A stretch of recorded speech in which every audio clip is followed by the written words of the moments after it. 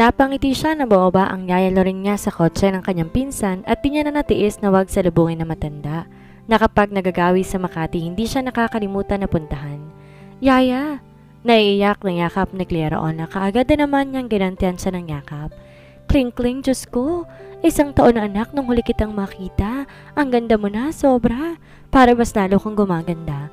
Ana matanda at saka malambing na hinaplos ang mukha niya matapos siya tingnan mula ulo hanggang paa. Napansin niyang ate Sandy niya na pinaikot ang mga mata sa kamatari na naglakad papasok sa may kalakihang gusali ng funeraria. Lumalagatak ang suot noon na high heels sa simento at wala si Clay ang nagawa kundi habulin ng tingin ang nakatatandang pinsan. Nasimula nang mamatay ang mga magulang niya ay naging malamig pa sa patay ang trato sa kanya. Hindi na naiwasan makaramdam ng awa para sa sarili.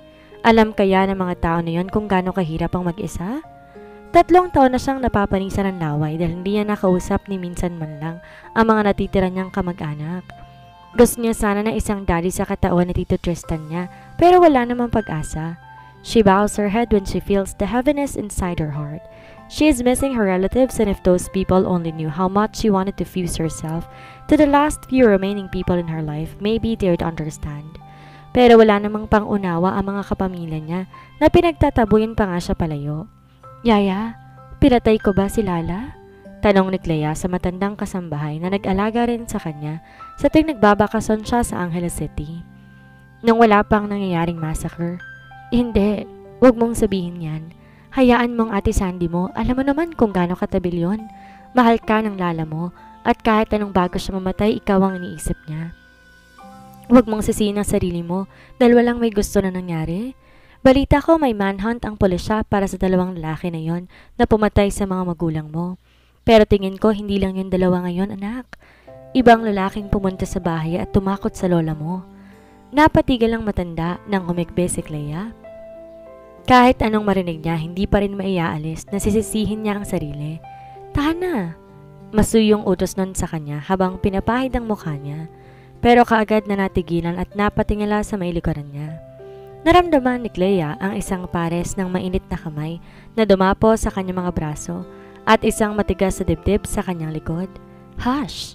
Bulong ni Mateo sa may ulunan niya. May kasama kang kapre, anak? Sino? Anang nyayalo rin niya kasunod ang paglunok kaya't napahagikik siya habang tumutulong luha sa pisngi niya. Sino pa ba kasi ang tinutukoy nun kundi ang Lieutenant General? Hindi po, Yaya. Pinahid niya ang mga luha. Nilingon pa niya si Mateo na wala namang kangiti-ngiti at sa lubong ang kilay na palingalinga sa paligid para naghahanap na naman ng kaaway. Si Tito Mateo po siya. Siya po ang private security ko nung nakalayo yung bad guys at ngayon nagtatago na ng tuluyan. Libre po ang service niya. Aniya naman sa matanda na hindi matanggal ang mga mata sa binatang nakatayo sa likuran niya. Pamilyar siya pero hindi ko maalala. Naman noon sa kanya. Para nakita ko na siya. Baka po Yaya sa TV, sagot naman ni Clea. Baka nga, tako ng matanda pero pinagmamasdan pa rin si Mateo. Wala naman tong kaimik-imik ng lingunin niya ulit at tinaasan lang siya ng isang sulok ng labi. Alam kaya nito kung gaano to kapogi kapag ngumingiti ng ganoon? I don't accept TV interviews. Baka sa magazine ako nakita ng yaya mo. Anito sa kanya at saka padaplis na pinahid ng likod ng daliri ang gilid ng mata niya. Napangiti na lang siya kasi tinamaan na naman siya ng pagkailang. Magnobyo kayo? Usisa pa yun ang yayalo rin ni Clea kaya nanulis ang labi ng dalaga. Yaya naman, Tito Mateo nga po ang tawag ko tapos sasabihin ninyo na magnobyo? Eh yun ang nakikita ko at saka kaagad na patigil sa doring nang may sumigaw mula sa panlikurang pintuan ng funeraria. Clea! Galit na boses yon ng Tito Tristan niya kaya automatikong parang tumulo ng kaluluwa niya. Saglit siyang napatda, but then, her body squirms in fear as she grabs Mateo's arm. But before she can even do it, nasa harap na niyang tiyuhin. Nakaduro sa pagmumukha niyang hintuturo niya, kaya kagad siyang napapikit. Lumayas ka rito. Hindi ka naman kailangan dito eh. Nadadamay kaming lahat sa problema mo. Nainiwan ang magulang mong ama. Tiningnan nito ang ginawa mo sa mama. Dumilat ang mga mata noon, kaya't mas lalo si Clay ang natakot. Ni minsan ay, sa buhay niya hindi siya nasigawan ng daddy niya. at hindi niya akalain na kahit 3 taon nang lumipas, hindi pa rin nagbabago ang trato ni Tristan sa kanya. For sure, her dad will get mad in heaven when he sees his only brother yelling at her. Kagad siyang napakurap nang manlabo ang mga mata niya dahil sa luha. She's waiting for her lips to part and utter some words, but her knees are shaking. Namumula kasi ang mukha ng tiyuhin niya at ang mga mata ganon din. May luha din dahil sa panibugo at pagkawala ng lola niya. Ano po bang dahilan ng pag-iyak ng lalaki kung hindi galit at kawalan ng mahal sa buhay? She managed to look up at Mateo, who was pursing his lips in a very rude way, gazing at her uncle with that lethal gaze. Tingin niya nagtitimpi lang ito dahil nang mapasulyap siya sa kamao, nakakayomyon ng mariin. Lumayas ka, mariing sabi ng tiyuhin niya, na kaagad hinawakan ang braso niya. Aray, Tito Tristan! Napangawi si Clea at gusto bawiin ang braso mula sa parang bakal na kamay ng lalaki. Pero kumarap lamang siya sa sakal na yon ni Mateo gamit ang isang kamay. Kaagad na namilog ang bibig niya, nabikig sa lalamunan ang paghikbi. Diyos ko, Tito Mateo! Tili niya at napatalon-talon pa, tsaka nagyug ang laylorin niya na nakanganga. Nabitawan na matanda ang bag na dala sa sobrang pagkatulala. Subukan mo siyang kaladkarin at ikaw ang biburol pagkalipas ng bumilang ng 3. Gigil na sambit ni Mateo at halos hindi na nga bumuka ang labi sa sobrang diin ng salita. Tito, wag! Saway ni Clea at hindi malaman kung ano ang gagawin. Natatakot siya na hawakan ang binata dahil sobrang dilim ng mukha nito na kahit ubod ng gwapo, hindi may tatago na parang sinaniban to ng demonyo sa talim ng titig sa Tito Tristan niya. And her uncle is gasping for air. Napapaiyak si Clea. Ayaw niyang umabot sa ganun ng lahat pero hindi niya akalain na magkakabungguan ng dalawa. Daddy! Sigaw ng pinsan niyang si Wesley tsaka mabilis na tumakbo para tulungan ng daddy noon. Pero sa isang kurap lamang ulit ang kanyang mga mata, binunot ni Mateo ang baril at agad tinutok sa mukha ng pinsan niya. Wesley came to an abrupt stop and raised both of his hands. Para nagkulay pulbura ang mukha noon dahil sa pagkaputla. No! Please no! Diyos ko! Nahigit ni Clea ang paghinga at nasapo ang dibdib nang kagad napatigil sa pagsugod ang bunsong anak ng Tito Tristan niya. Si Wesley ang kaedad niya at may edad lang sa kanya ng 8 buwan at yun lang din ang titira na medyo maganda ang trato sa kanya. Pero simula nang mahuli niyang sinisilipan siya, numinsang isama ng yailoring niya sa Manila at bumisita sa kanya na wala na rin siya ng gana sa binatang pinsan. Napakapastos din dahil sariling pinsan na lang tinatalo pa. One wrong move, sasabog ang ulo mo, kasabay ng pagkaputol ng leeg ng ama mo. Mateo's lips twitched in a very cocky way. Diyos ko, parang hihimatay na ako. Napahawak si Clea sa matandang yaya, na kaagad naman siyang inalalayan. Di na siya makaiyak dahil wala na siyang ibang mararamdaman kung hindi takot. Hindi lang katawan niya ang nanginginig kung hindi, pati na lahat ng internal organs niya. That is how she feels. Huwag mong saktan ng daddy ko, please? Pakiusap ni Wesley. Nakita ni Clea ang iba pa niyang mga pinsan sa may pintuan ng forenarya, kasama iba pa nilang malayong kamag-anak at ang tita niya na asawa ng kanyang tito. Walang makagalaw sa mga iyon at nakatunganga lang na parang naghihintay kung may lalagitik na buto sa leg ni Tristan. Hinihigop ng hangin para punuin ang baga o kung puputok ba ang baril na katutok sa noo ng pinsan niya. Kahit sa pigil ang hininga, her body is turning violent. Natatakot siya sa baril ni Mateo kaya't para na siyang iimbalsamo sa kinatatayuan niya. I'm a demon and no one tests my patience. Let Clea mourn and I will spare both of you. Gigil na utos ni Mateo tsaka diniin ang mga daliri sa lalamunan ng lalaki. Loko ka! Alos hindi na may usal ang Tito Tristan niya habang hawak ang kamay ni Mateo na naninigas sa pagkakahawak sa leg noon. My God, don't speak! Don't speak! Doon na si Clea napaiyak. Mateo must not kill just because of her. If it will happen, she'll just leave. She's willing to leave. Naningkit ang galit na mata ng binata dahil sa pagmumura ng tiyuhin niya. Mas loko ka.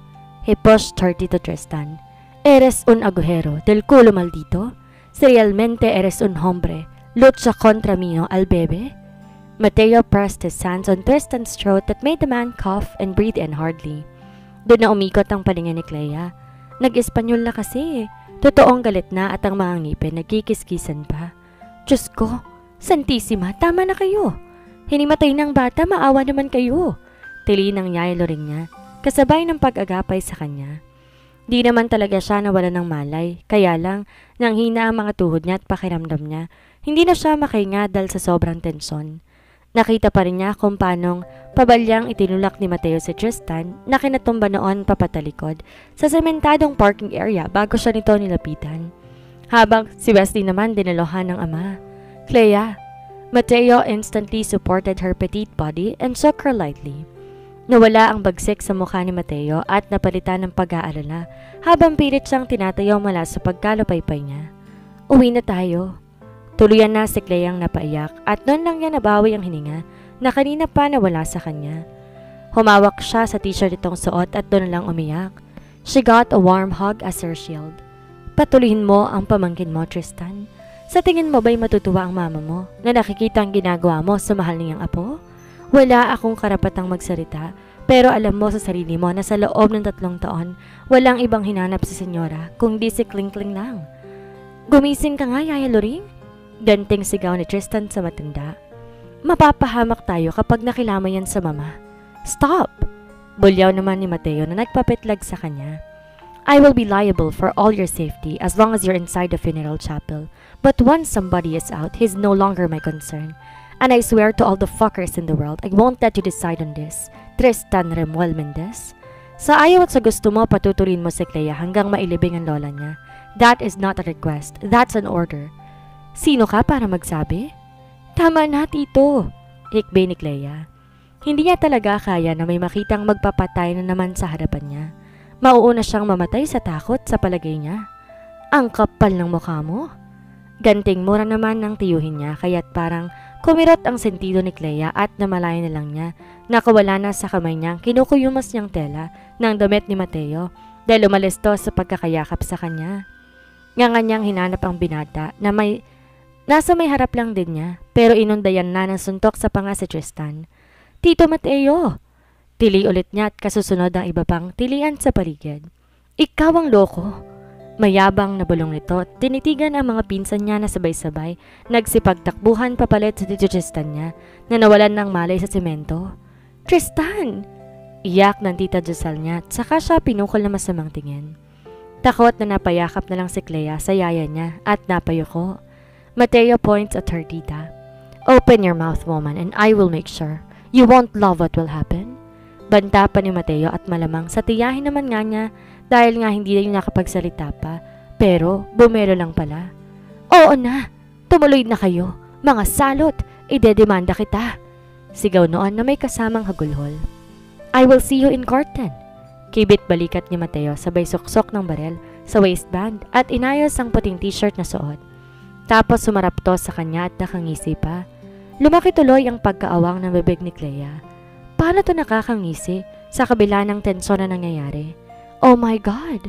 Parang toneladang paghanga ang nahatak nito galing sa kanya at kahit hindi yun tama hinahangaan niya ang kayabangan nito at ang walang takot na pagpapakita ng tapang. And sure, he's not acting like that just because he's rich. He has that special bravery and it's his twin brother. Palagay niya kahit ito ang pinakapobreng lalaki sa mundo, hindi pa rin mawawala ang tapang na yon at nag-uumapaw na kayabangan. Kayabangan na nasa lugar naman. When he winks at Clea, her heart gone wild. Basa ang mata niya sa luha, pero natigil siya sa pag-iyak at nakipagtitigan lang dito. Are you okay? Nalukuha pa ni Mateo na itanong sa kanya. Samantalang ito nga ang muntik makipagpatayan. Sa kanito walang paalam na hinaklit ang likod ng ulo niya, papakabig sa isang yakap. She landed the other side of her face on his chest and her hands crumpled his shirt as she watched her relatives carry her Tito Tristan back inside the chapel. Hindi na makatingin ng mga yon kay Mateo na nang tingalain niya ay matapang na sinusundan pa ng tingin ng mga yon. Ikaw ang kamuntik ng makipagpatayan tapos akong tinatanong mo kung okay? Balik tanong ni Clea dito.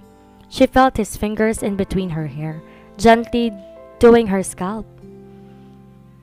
I'm okay. No one dare defies Mateo Bustamante. They will regret big time once they refuse to my orders. That is why I don't make promises because once I said it, I have to fulfill it by any means. Anito sa kanya tapos ay gumapang ang kamay nito na nakapulupot sa ulo niya papunta sa noon niya. Tsaka niya sinilip sa mukha. Kaya pala hindi to basta-basta nangangako dahil kapag nagsasalita naman tuto pa rin talaga kahit na nga makapatay pa ng tao. At ang nakapagtataka ay dahil parang umaasa siya rito.